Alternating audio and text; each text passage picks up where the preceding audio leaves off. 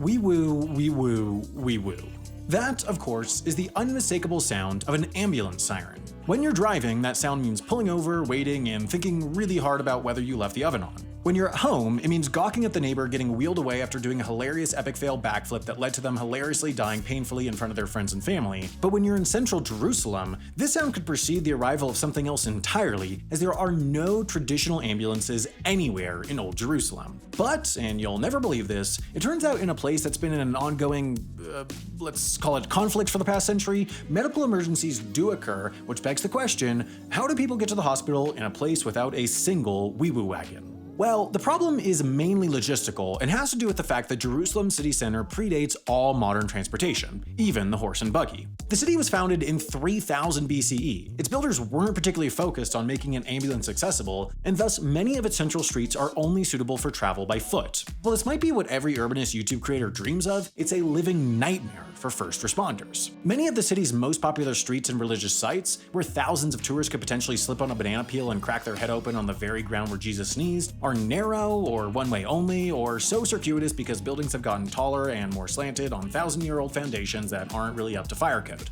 But because ripping up all the buildings in the place that's sacred to the world's 3 biggest religions so you can put in big fat streets would lead to what religious scholars call a real bad time, the streets remain narrow and thus can't handle traditional ambulances. So what happens if someone needs emergency care in Jerusalem? Do they simply hope one of Israel's few remaining Samaritans will show up and do something super on the nose? Not exactly.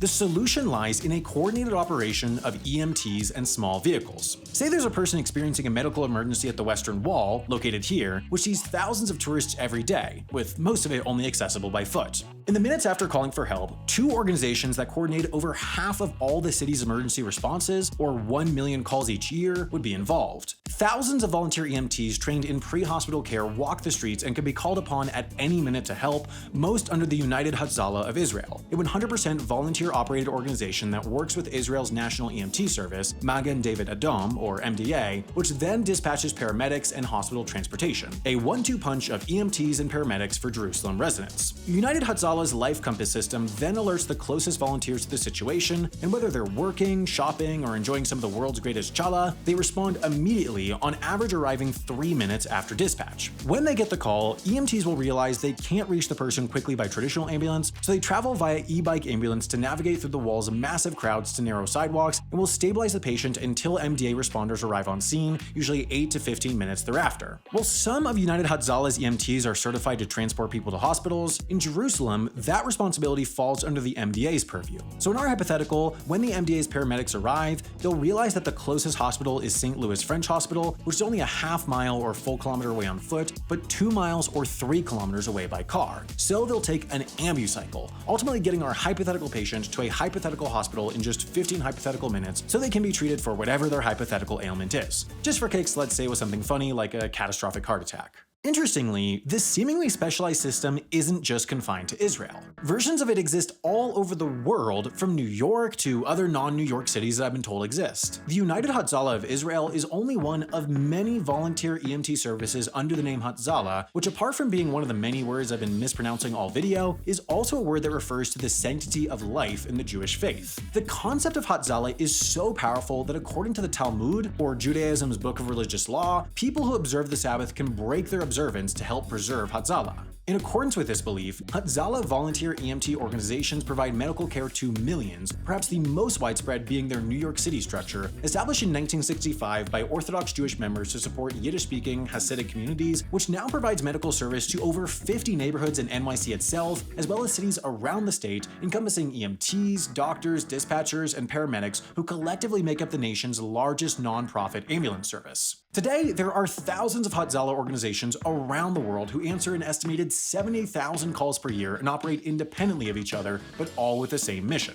Sort of like educational YouTubers, but instead of all telling you about the Principality of Sealand, it's more about all treating anyone who needs help regardless of religion or ability to pay. Likewise, Magen David Adom has become an international player. While Magen David Adom may sound like the name of a soccer player you'd pretend to have heard of, it's actually Israel's own Red Cross organization, responsible for humanitarian law and operating under the Geneva Convention. mention. A somewhat interesting distinction given that technically, MDA is a part of the Israeli Defense Forces, a group best known for their creative interpretation of the word defense. As Israel's emergency medical services provider, they build and operate Israel's hospitals, train nurses, and provide rural ambulance services across mountains, deserts, and bodies of water, sometimes by helicopter, and oversee a litany of medical services throughout the country, plus operate its national blood bank. But their services aren't limited to Israel, as they now send EMTs to volunteer in crises where medical services are most needed, given they're a member of the International Red Cross, and have even begun marketing themselves as a for-hire EMT service to organizations and countries wanting to shore up their emergency services. So if you're a country looking to beef up your emergency response capabilities, contact Magen David Adom and mention code HAI. It won't get you a discount or anything, but it will confuse them, and that'll be kind of funny, right?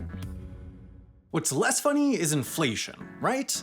Kinda sucks. While our sponsor Upside can't influence monetary policy and solve our economic woes, it can help you stretch your dollar further on purchases you're already making. Pretty simply, they offer cash back on purchases at businesses around you.